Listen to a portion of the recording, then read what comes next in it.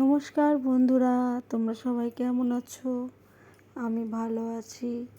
আজকে বৃহস্পতিবার, আমি ভাবলাম কি করা যায়, তাহলে একটু রং নিয়ে বসে গেলাম তুলির ছোঁয়া দিতে মা লক্ষ্মীর পায়ে।